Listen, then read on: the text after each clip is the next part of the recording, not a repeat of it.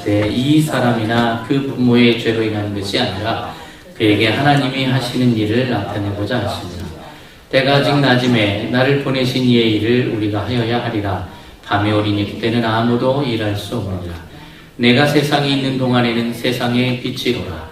이 말씀을 하시고 땅에 침을 뱉어 진흙을 이겨 그의 눈에 바르시고 이르시되 실로암 못에 가서 씻으라 하시니 실로암은 번역함은 보냄을 받았다는 뜻이라.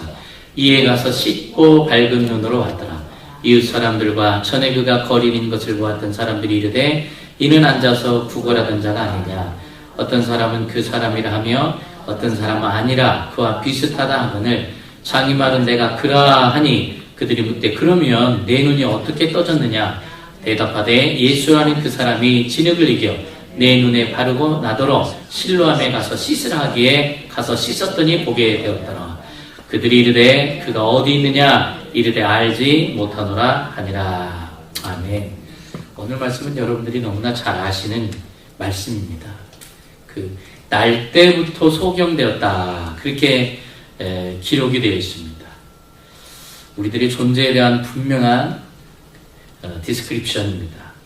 우리 존재가 사실 내가 원해서 한 것, 그 다음에 내가 계획해서 한 것, 또 의도적으로 뭘 하려고 해서 된 것, 이것보다는요, 사실 우리가 면밀히 보면 나에게 딱 되어진 것들이 많습니다.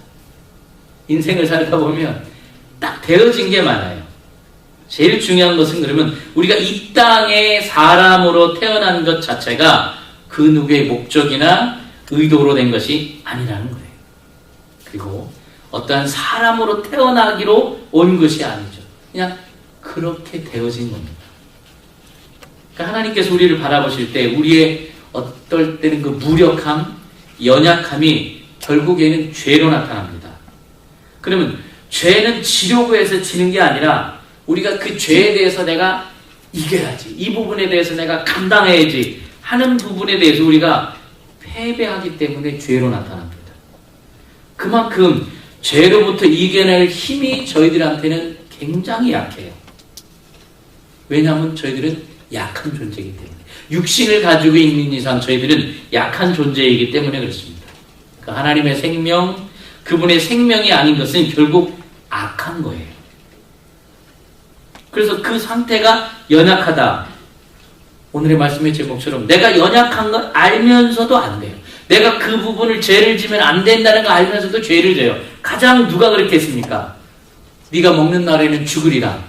창세기에 말씀하셨어요, 아담한테. 분명히 그 계명 받았습니다. 아, 그거 먹으면 죽는구나. 알았어요. 근데 결국 그 자리에서 아담이 죄를 져요. 그러면 아담이 악한 사람입니까? 아니에요. 아담이 그렇게 악한 사람이 아닙니다.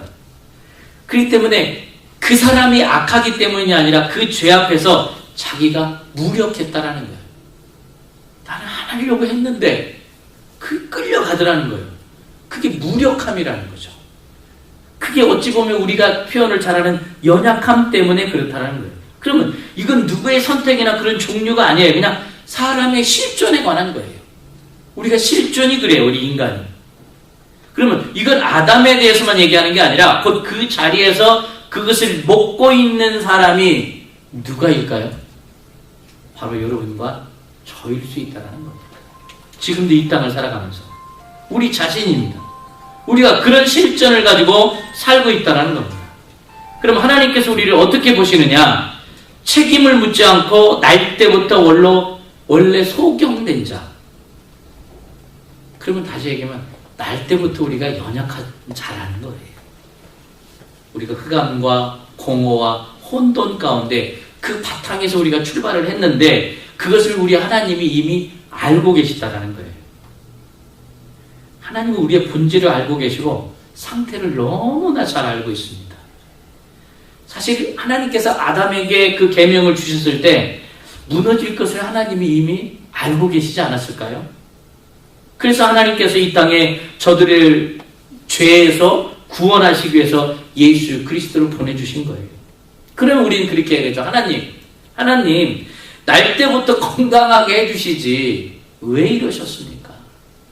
날 때부터 내 자식 좀, 날 때부터 나 좀 하나님 건강하게 태어나게 해주시지 왜 이러셨습니까? 라고 우리가 이야기할 수 있습니다. 그건 어찌 보면 하나님의 경륜을 내 손바닥 안에 놓고 한계가 있는 지식으로 하나님을 집어넣는다라는 거예요. 하나님의 완전성, 그 완전성이라는 것은 우리가 이해를 할 수 있는 게 아니에요. 우리는 하나님의 말씀을 이해하려고 해요. 그러니 이해가 안 되죠. 그러니 머리가 아픈 거예요. 하나님은 이해되어지는 분이 아닙니다. 자, 오늘 그 부분에 대한 말씀이 오늘 잘 기록되어 있는 말씀이 오늘 요한복음 9장입니다. 자, 1절 우리 함께 같이 읽어볼까요? 예수께서 길을 가실 때에 날 때부터 맹인된 사람을 보신지라.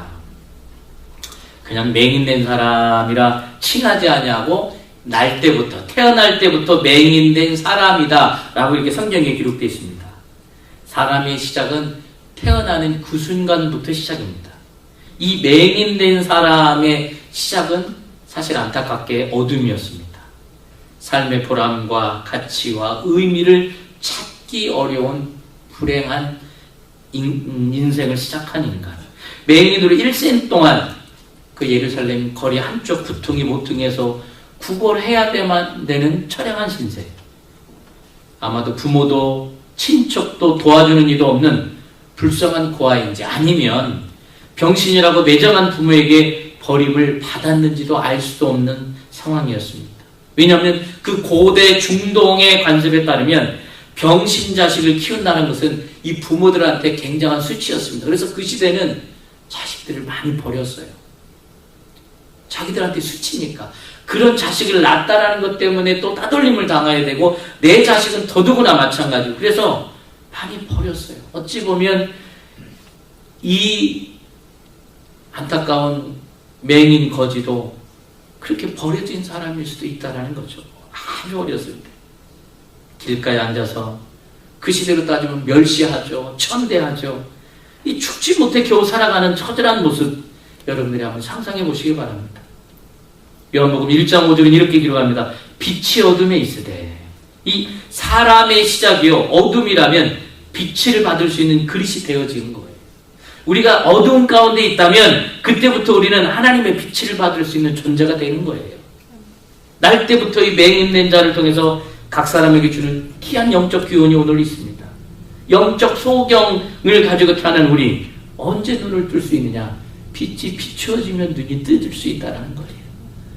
우리가 영적 소경이기 때문에 하나님이 그렇게 보여주셔도 못 봐요. 하나님이 알려주시는데 듣지 못해요. 왜요? 영적 소경이기 때문에. 그러나 하나님이 비춰주면 돼요. 그래서 우리는 하나님이 필요한 존재예요. 우리가 힘들고 어렵고 아프고 괴로울 때마다 찾을 수 있는 것은 오로지 하나님. 하나님만 찾으면 돼요. 하나님 저에게 빛을 비춰주옵소서. 하나님 저에게는 하나님이 전부입니다. 그것이 우리 가운데 있어야 된다는 거예요. 하루는 예수님과 제자들이 예루살렘으로 들어오다가 예루살렘 길거리 한쪽 모퉁이 남의 집 추마 밑에서 구걸하고 있는 그 소경을 만났습니다. 자, 2절입니다. 제자들이 물어 이르되 라삐여 이 사람이 맹인으로 난 것이 누구의 죄로 인함이니까? 자기니까 그의 부모니까?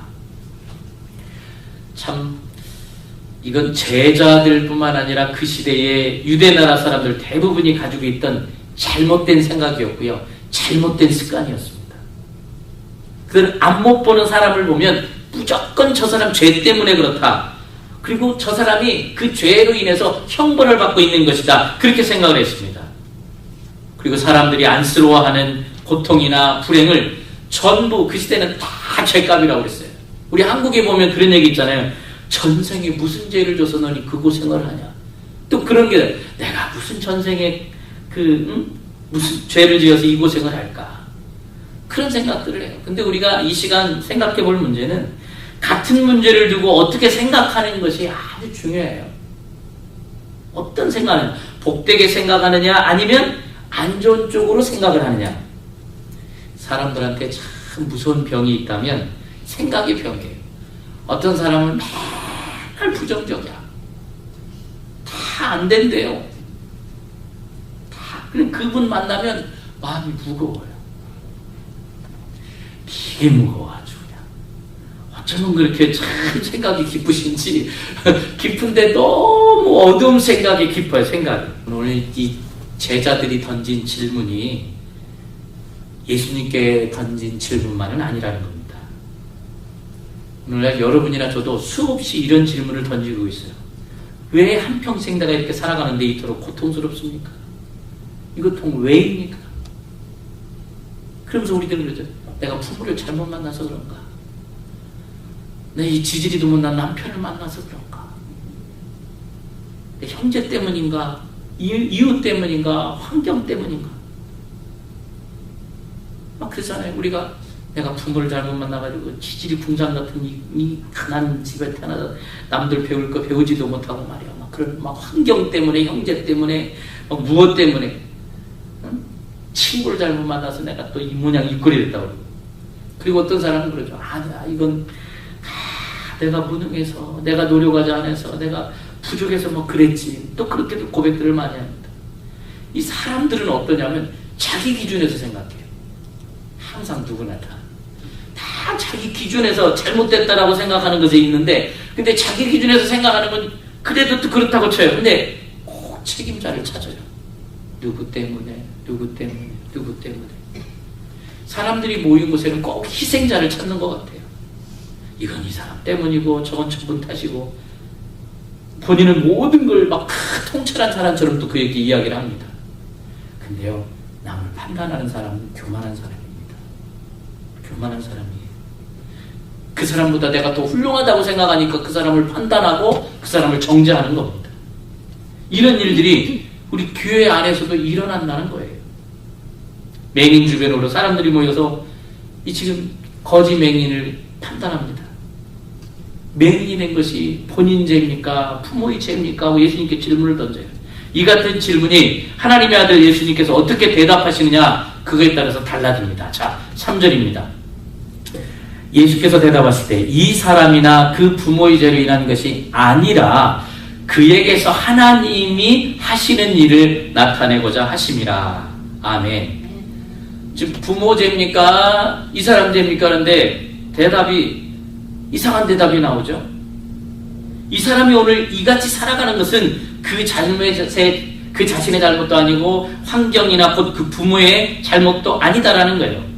하나님께서 이 사람을 통해서 하시고자 하는 뜻이 있기 때문에 그렇다라는 겁니다. 쉽게 말하면 이 사람이 이렇게 살아가고 있는 것은 하나님의 뜻이야. 한마디로 얘기하면 거예요. 이거 하나님의 뜻이야.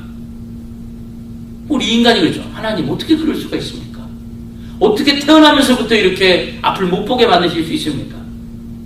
근데 하나님이 말씀하는 이 절대성을 가진 하나님이 하시는 일이야. 하나님이 그거는 섭리 안에서 이루어지는 거예요. 하나님의 주관이에요. 왜 이렇습니까? 어떻게 대답이 나오겠어요? 하나님이 말씀합니다. 하나님의 뜻이라고. 우리가 그 하나님이 하시는 일에 나타나고자 하시는 하나님의 그 뜻에 우리가 눈을 떠야 돼요. 그러면 보여집니다. 이 나면서 소경된 것 본인의 탓이 아니라는 겁니다. 누가 소경으로 태어나고 싶어서 태어났습니까? 아니라는 거예요. 부모의 탓도 아니에요. 생각해보세요. 부모가 아니 할 게 없어서 소경으로 내 자식 만들어야지 하고 태어나게 해야지 하고 낳는 사람들이 있습니까? 이 본문 뒤편에 보면요, 지금 이 거지 맹인은요 나이가 40세쯤 됐대요. 얼마나 불쌍한 사람인지. 나면서 소경되고 가난한 집에 태어나고 거지 노릇하면서 살아가야 되는 사람. 더 이상 뭐 설명할 뭐가 없죠. 참, 근데 이 사람을 두고 지금 제자들이 지금 시비를 지금 걸고 있는 거예요. 근데 우리 주님 보세요. 참 아름다운 말씀을 하세요. 참 우리 주님은요 생각이 달라요. 사람을 살리는 말씀을 하십니다. 과거가 원인이 아니라 미래의 목적이 있다고 그러세요. 뭐라고 하십니까? 하나님의 하시는 일을 나타내고자 하심이라. 3절 다시 볼까요? 하나님이 하시는 일을 나타내고자 하심이라. 여러분이나 저나 참 이 예수님의 사고방식을 닮았으면 좋겠습니다. 예. 이 제자들의 사고방식을 완전히 지금 바꿔버리잖아요. 여러분이나 저나 사람을 살리는 말을 했으면 좋겠습니다. 너는 왜 그냥 그 꼴이냐 이게 아니라 그랬구나. 그냥 뭐 할 말이 없으면 그냥 그랬구나 이렇게 해주시. 네가 그러니까 그럴 줄 알았어. 이렇게 나가면 계속 더 죽잖아요. 칭찬하면 우리 애들이 잘 자라거든요. 우리 자식들이 잘 자라요. 근데 네가 하는 꼬락서니 아유 죄송합니다. 우리 어머니 같은 데 이거 어쩔 수 없어요. 이게 머릿속에 들어간 거라. 우리 어머니가 참 욕을 참 잘하셨어요. 은혜스러운 욕을 잘했는데 사람 살리는 말을 해야 되거든요. 우리가 예수님은 사람 살리는 말 하잖아요. 다 사람들은 저주받았다. 네 죄값이다. 네가 그냥 그 꼴이 다 그렇게 정죄하고 판단했어요. 근데 하나님이 하시는 말은 하나님이 하시는 일을 나타내고자 하십니다. 얼마나 멋져요 얘기가. 사람들은 다 저주받았다고 하는데 나에게 희망이 있네. 나에게 소망이 있네. 사실 이게 얼마나 어려운 얘기인지 그 시대에 누가 그 소경한테 소망을 기대하겠습니까? 희망도 없는 사람이에요. 근데 우리 주님이 얘기합니다. 이 사람아, 자네에게도 하나님의 계획이 있어. 너를 통해 하나님이 하실 일이 있어. 얼마나 막 두근두근하고 막 떨리고 설레겠습니까? 근데 이 메시지는 지금 오늘 이 시간 우리 자신에게도 해당되는 메시지입니다. 버려진 거짓 소경, 아무도 다가가지 않는 소경에게도 하나님의 나타낼 계획이 있다라는 거예요. 우리에게도 이 소경에게 했듯이 우리에게도 있습니다. 이 소경은 정말 이 세상을 바라볼 수 있는 눈이 없었지만 우리는요 영적인 소경 아니겠어요? 근데 지금까지 여러분들이 못 보고 답답하고 힘들고 어렵게 살았지만은 하나님께서 하시고자 하시는 일이 여러분과 저에게 있다니까요. 그것을 볼 줄 아시는 여러분과 제가 됐으면 좋겠습니다. 그것을 항상 의식하시기 바랍니다. 이 길거리에 버려진 소경에게도 오늘 우리 각자에게도 하나님의 위대한 계획이 있으시다는 것을 믿으시기 바랍니다. 아멘. 여러분에게 고통이 있으세요? 누구 죄 때문입니까? 무엇 때문입니까? 이제는 그런 데서 얽매이지 마시기 바랍니다. 아니에요. 이 고통을 통해서 하나님이 하시는 일이 무엇인지, 무엇을 내가 가르쳐 주시려고 하는지, 하나님의 연단의 목적이 지금 무엇인지 그것을 믿음으로 보실 줄 알길 바랍니다. 믿음이 어린아이 같은 수준일 때는요, 나는 왜 맨날 안 돼요? 나는 사업이 왜 맨날 꼬여요? 나는 왜 직장이 맨날 안 돼요? 그랬던 분들이 정말 예수 그리스도의 온전한 믿음의 분량이 장성하면 하나님이 하실 일이 있어요. 좀 1년 쉬고 계세요? 2년 쉬고 계세요? 아니 3년 쉬고 계십니까? 하나님이 하실 일이 있어요. 그걸 믿음으로 보시기 바랍니다. 여러분들 그 어떤 부분이 안 된다고요? 그 부분이 안 되는 건 다른 일을 하나님이 하시고자 하는 일이 아닐까요? 그런 시선으로 여러분들이 보시길 바라요. 맨날 그것에 쏠려서 안 되는 것에 쏠려서 안 되는 것 때문에 괴로워하고 힘들고 그 마귀가 좋아하는 거예요. 어둠의 세력들이 좋아하는 거예요. 거기에 빠지면요 우리는 그 마귀의 유혹에 이미 선악과를 따먹은 거나 마찬가지인 거예요. 우리는 거기에 빠지면 안 됩니다. 하나님이 하실 일이 있는 거예요. 이 연단의 목적이 있는 거예요. 이 소경 거지는요 버려진 과거예요. 상처투성이 과거예요. 잘못된 인생의 모습입니다. 그는 운명지어진 불행한 사람이옵니다. 근데 남에서 소경? 사람들은 그를 가리켜서 뭐라고 했습니까? 팔자소간이다. 운명이다 그랬습니다. 그런데요 하나님의 역사 속에서는 운명이라는 단어도 없고 팔자라는 단어도 없고요 실패도 고통도 잘못된 과거도 하나도 성립되지 않아요. 하나님의 나라에는 그런 용어가 성립되지 않습니다. 우리 하나님의 역사 속에는 그런 용어가 없어요. 이 소경은 운명이 아닙니다. 이 소경은 팔자가 아니에요. 그렇게 일어났던 놀라운 역사적인 현실은 오늘 우리에게도 나타날 수 있는 기적의 현장입니다. 이 지구상에 71억이 넘는 인류가 살고 있다고 합니다. 그 중에서 지식으로나 돈으로나 권력으로나 건강으로나 서로 내놓으라고 하는 사람들이 얼마나 많은지 모릅니다. 우리 애틀란타에도 얼마나 많은지 몰라요. 그런데 하나님께서는 그런 사람들을 다 제쳐놓고 나같이 없는 사람, 부족한 사람, 못 배운 사람, 실패한 사람을 하나님의 뜻을 이루신다고 하신다는 거예요. 얼마나 감사한지. 여러분 한번 생각해 보세요. 글도 모르죠. 몸도 불구죠. 돈도 없죠. 외로운 예루살렘 길거리 모퉁이에서 맨날 구걸하면 살아죠. 누구한테서 살아났는지도 모르죠. 처음부터 부모님 얼굴 보지도 못했죠. 어려모르나 힘들고 어려운 사람이에요. 근데 그에게서 하나님의 뜻을 이루어 나가겠다라는 거예요. 그 자리는요, 멸시와 천대와 많은 사람으로부터 막 핍박과 공경을 받았던 그 자리예요. 그런데 하나님이 하나님의 일을 하시겠다라는 거예요. 여러분이나 저나 하나님 나를 통해서 주의를 하시옵소서 고백하시는 여러분과 제가 됐으면 좋겠습니다. 자, 4절 말씀을 보니까요. 때가 아직 낮음에 나를 보내신 이의 일을 우리가 하여야 하리라. 아직 낮이랍니다. 밤이 되지 않았답니다. 다시 말해서 예수님께서는 십자가에 못 박혀 돌아가시기 전까지는 최선을 다해서 하나님의 일, 우리 하나님 아버지의 일을 하셔야 된다는 거예요.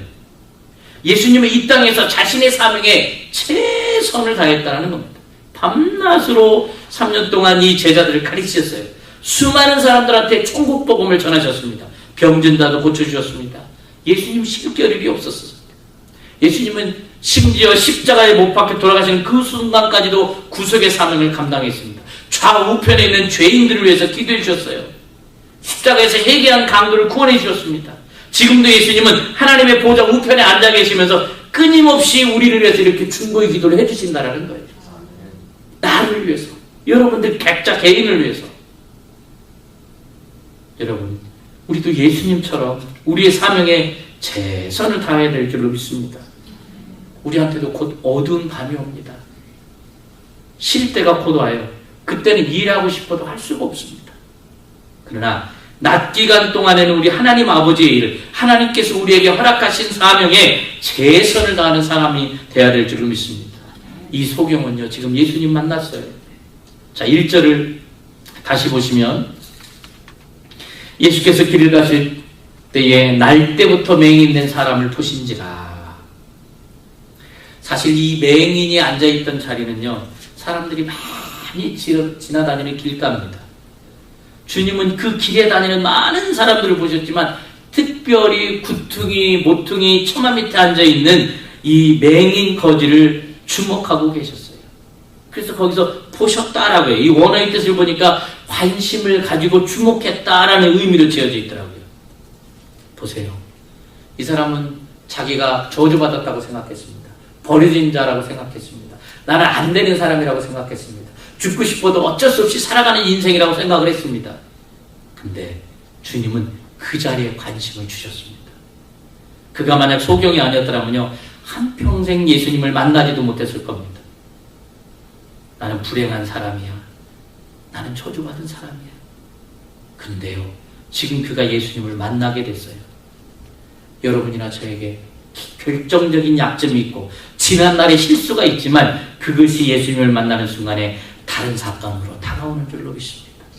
사람들은 안 되는 자리라고 했지만 예수님은 가장 관심을 보고 바라보는 자리였고, 나는 가장 이 자리가 처참한 자리라고 생각했는데 예수님은 관심을 가지고 그 자리를 나를 보고 계셨다는 사실입니다.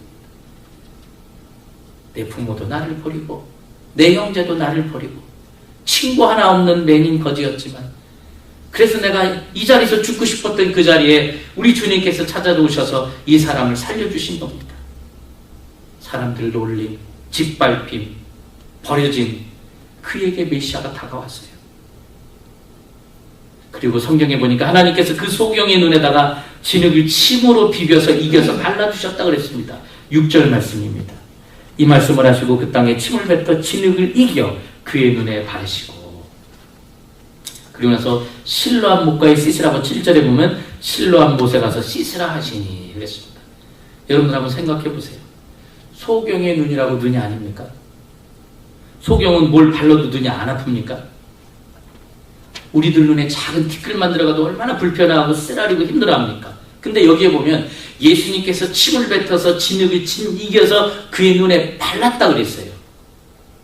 만약에 진흙에 조그만한 모래알이라도 들어갔으면요, 얼마나 고통스러웠겠어요. 얼마나 힘들었겠어요. 예수님, 내가 당신을 보지 못했지만 내가 맹인이라고 이러십니까? 내가 맹인이라고 이렇게 침 발라서 이런 식으로 하셔도 됩니까? 라고도 할 수 있어요. 근데요, 소경은 말이 없습니다.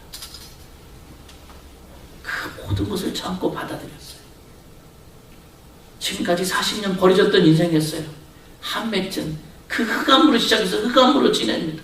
근데 지금 나를 해방시켜 주시고자 침을 맡아서 진익여서 진흙을 발라주시는데 아팠겠죠. 힘들었겠죠. 맨날 버려졌다고 한탄하며 살았겠죠. 근데 주님께서 진흙을 발라주는 거예요. 소경이 그런 심정이었을 것 같아요. 나를 치유해 주신다는데 내가 바닥바닥 밑바닥인데 내가 더 이상 어딜 내려가냐. 여러분 은혜 받기를 원하십니까? 체면, 채통, 자존심 다 버리셔야 합니다. 다 내려놓으셔야 합니다. 그리할 할 때 하나님께서 우리에게 놀라운 은혜를 베풀어 주시는 줄 믿습니다. 내가 살면요 말씀이 안 들어오더라고요. 내 힘으로 할 때는요 말씀이 안 들어와요. 또한 진흙은 하나님 창조의 재료라는 겁니다. 하나님께서 우주 만물을 창조하시고 그 다음 인간을 창조하실 때는 흙으로 만드셨어요. 우주 만물은 하나님께서 말씀으로 만드셨다 성경이 기록해서. 근데 인간은 창조하실 때 흙으로 만드셨다는 거예요. 흙이 창조의 재료물입니다. 그래서 흙은 말씀을 상징하기도 합니다. 하나님의 뜻을 이루려고 이 사람에게 사명을 주셨어요. 말씀을 주셨어요. 침은 예수님의 진액, 즉 성령을 의미한다고 신학자들이 말했습니다. 성경에 보시면 성령을 상징하는 것이 생명의 강, 생수, 물 이런 걸로 표현했어요. 바로 예수님의 능력을 이 맹인 거지에게 주신 거예요. 하나님께서 자신의 삶을 통해서 하나님 뜻을 이루고자 그런 사람들에게 말씀을 주시고 사명을 주시고 성령의 권능을 허락해 주시는 줄로 믿습니다. 이제 어디로 가라고 얘기해도 7절에 실로암 못에 가래요. 실로암 못에. 실로암 그 원어의 뜻을 보니까 보냄을 받은 곳이다. 자, 7절에 보실까요? 실로암은 번역하면 보냄을 받았다는 뜻이다. 그랬습니다. 근데 실제로는 그 예루살렘 성 밖에서 외곽에서부터 물을 예루살렘으로 보냈다라는 뜻에서 붙여진 이름이거든요. 근데 이것을 영적으로 풀이해서 말씀드리면 부름을 받은 곳 또는 보냄을 받은 곳이다라고 풀어볼 수 있습니다. 근데 그 당시에 실로암 33개의 가파른 계단이 있었다고 그래요. 실로암 못에 내려가려면 가파른 계단이 33개인데 저는 이번에 어디서 그 가파른 계단을 느꼈냐면 캄보디아 가서 느꼈어요. 이렇게 내려가다가 굴르겠다 싶어가지고요. 옆에를 그냥 꼭 잡게 되더라고요. 계단도요. 작아요. 그러니까 저같이 뭐 신발 사이즈가 뭐 8F나 9 같은 사람은요.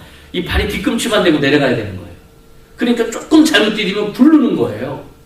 지금 이 실로암 목가로 내려가는 이 계단이요. 가파른 계단인데 그런 거예요. 지금 33개. 그러니까 이 가파르다고 해서 요거만 폭이 적고 이쪽이 넓은 게 아니라 다 적은 거예요. 적으니까 잘못 디디면 생명이 위태로울 수도 있고 더 다칠 수도 있는 그런 아주 위험한 계단입니다. 성한 사람도 내려가기 어렵다라는 그런 글도 있습니다. 그런데 이 33개의 가파른 계단을 내려가서 눈을 씻는다는 것. 태어나면서부터 맹인인 이 거지에게는요. 너무나 힘든 일입니다. 그런데 소경을 보세요. 7절 하반절에 뭐라고 되어 있습니까? 이에 가서 씻고 밝은 눈으로 왔더라. 이 소경은요. 예수님이 가라 하니까 갔습니다. 예수님이 씻으라 하니까 가서 씻었습니다. 예수님이 말씀하셨는데 실로암들 못 들어가면 요단강인들 내가 못 들어가겠느냐? 33개 계단이 아니라 3,300개 가파른 계단이라도 왜 못 내려가겠느냐라는 거예요. 그런 심정으로 그런 예수 그리스도의 말씀에 순종했다라는 겁니다. 예수님께서 가라니까 너무나 가기 힘든 계단인 것, 거기서 있었던 사람인데 왜 모르겠어요. 그 계단이 어떻게 보이진 않지만 어떤 형태로 되어 있는지 들어서 알고 있는 사람이에요. 힘들었어요. 근데 갔어요. 예수님이 씻으라고 하니까 씻었습니다. 그것이 순종이라는 겁니다. 우리가 여기서 알 수 있는 것은 순종이 얼마나 큰 축복인가를 우리가 깨닫습니다. 그렇습니다. 오늘 실로암의 기적 사건은요. 우리가 이성적으로 논리적으로 따지려고 하면 일어나지 않아요. 정말 바보처럼 순종해야 합니다. 우리 주님은 진흙을 바르지 않고도요. 실로암 목가에 가지도 않고요. 충분히 말씀만으로도 그 소경 고치실 수 있는 분이세요. 오늘날 우리 그리스도인들이 너무 똑똑해서 따지기를 참 잘합니다. 기독교를 하나님의 모든 것을 이 형편없는 인간의 머리에 하려고 그래요. 머리로 판단해서 안 맞으면 순종을 안 해요. 목사님 아닌데요. 하나님 이건 아닌 것 같아요. 이거 내 판단이 맞는 것 같아요. 너무 똑똑해졌습니다.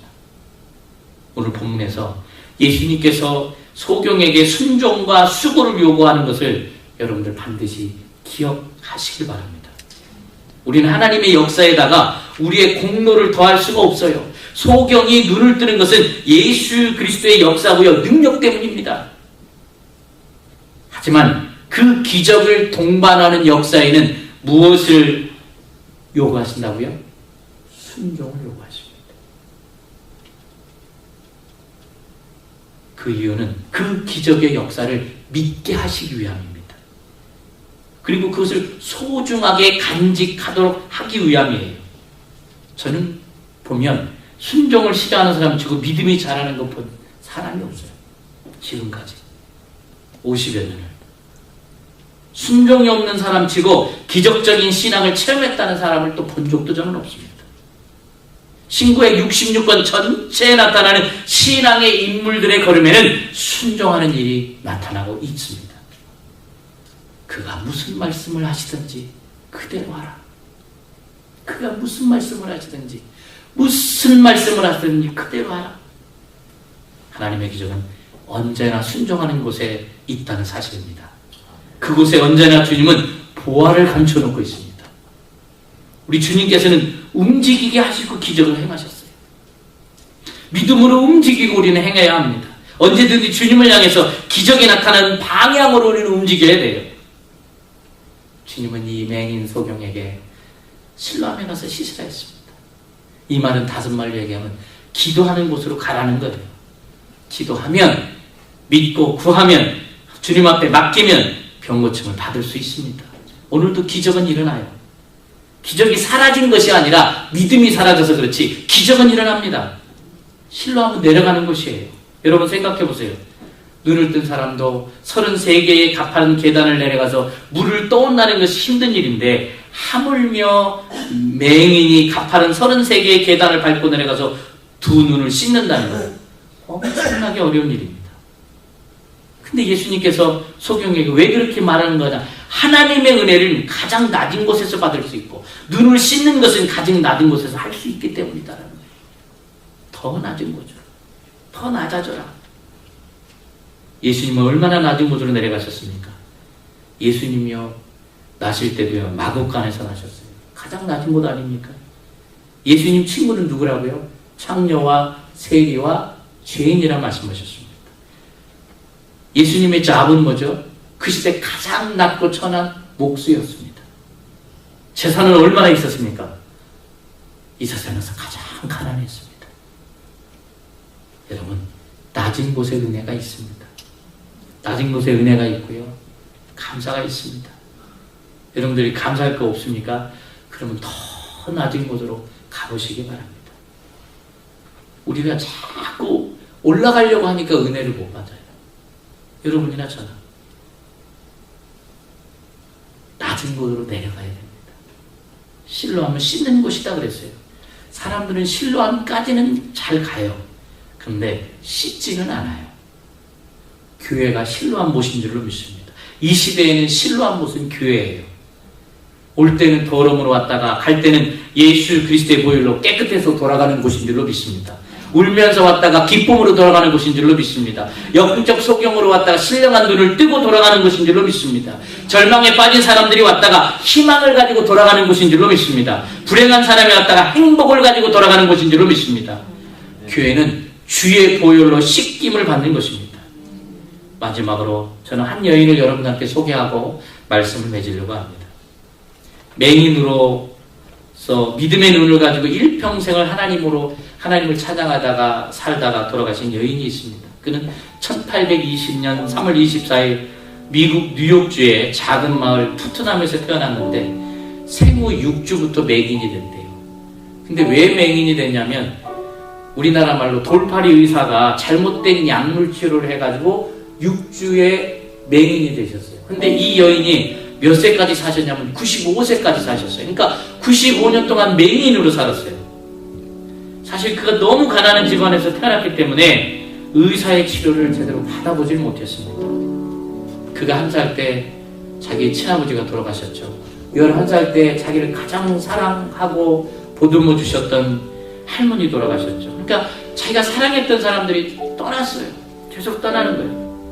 그리고 그가 늦게 맹인 교수 벤 엘스틴과 결혼해가지고 첫 아이를 낳았는데 그 아이도 또 죽었어요. 그만 천국으로 갔어요. 그리고 얼마 후에 자기가 사랑하는 남편도 떠났습니다. 한평생 수많은 슬픔, 고통, 아픔을 거듭해서 경험한 불행한 여인이라고 얘기할 수 있습니다. 누구나 다 그 인생을 보면. 그런데 그가 92의 생일을 맞았을 때 그의 생일을 축하하러 온 사람들한테 이런 말을 했대요. 이 세상에 나보다 더 행복한 사람이 있으면 내게 데려오세요. 그 사람과 악수하고 싶어요.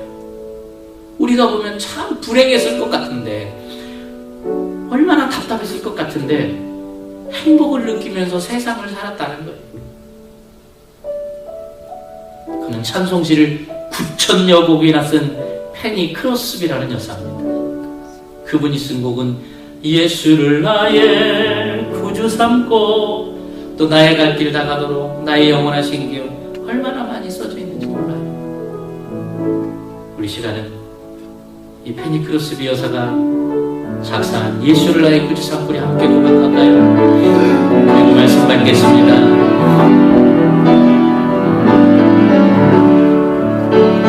예수를 나의 구주 삼고 성령과 비로소 거듭나니 이 세상에서 내 영혼이 하늘의 영광 누리고, 이것이 나의 간증이요, 이것이 나의 간증이요, 이것이 나의 찬송일세. 나 사는 동안 끊임없이 그들을 찬송, 이것이 나의 간증이 우리 고백이 되길 원합니다. 이것이 나의 간증이요, 이것이 나의 찬송일세. 나 사는 동안 끊임없이 그들을 찬송하리로다. 이 소경은요, 예수님만 전하는 자가 됐어요. 11절을 보니까요, 그는 이런 고백을 합니다. 예수라 하는 그 사람이 진흙을 이겨 내 눈에 바르고 나더라. 실로암에 가서 씻으라 하기에 가서 씻었더니 보게 되었더라. 예수님을 보았어요. 그리고 예수를 전해요. 여러분, 은혜 받고 구원받은 성도들은 예수님을 자랑스럽게 전하고 드러내야 되는 줄로 믿습니다. 내가 있는 이 자리, 왜 나는 이 모양 이 꼴로, 그 모양 그 꼴이 됐을 때 예수님이 오십니다. 왜 나는 이럴까? 바로 그 자리가 은혜의 자리인 줄로 믿습니다. 우리가 미국에 이미 와서 아픔도 있지만 그것도 하나님이 가라하셔서 온 거 아니겠습니까? 하나님의 뜻이 있어서 내가 아픈 것도 하나님이 하신 것입니다. 바로 그 자리가 은혜의 자리입니다. 하나님이 일을 하시는 자리입니다. 말씀하십니다. 하나님이 하시는 일을 나타내고자 하십니다. 하나님이 하시고자 하시는 일을 나타내고자 하십니다. 여러분들은 하나님의 자녀입니다. 우리 이 시간 기도하겠습니다.